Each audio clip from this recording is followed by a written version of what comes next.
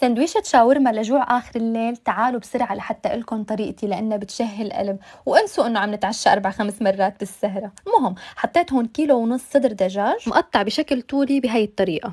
ضيف عليهم عصير حبتين برتقال ومعلقة برش برتقال أو ليمون، بالإضافة لمعلقة ثوم مهروس، 3 معالق لبن زبادي، وعندي هون خل أبيض، بالإضافة لمعلقة دبس فليفلة.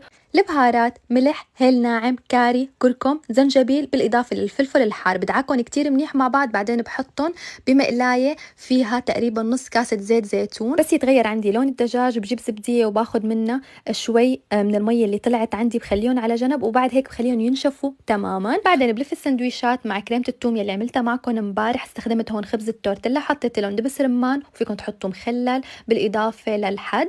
بعد هيك جبت المقلاية نفسها اللي طبخت فيها الشاورما، بدهن السندويشات بالخليط اللي شلناه تذكرتوه من فوق ومن تحت، وبحمرهم وبس. والله مطبخ هبة حمدان.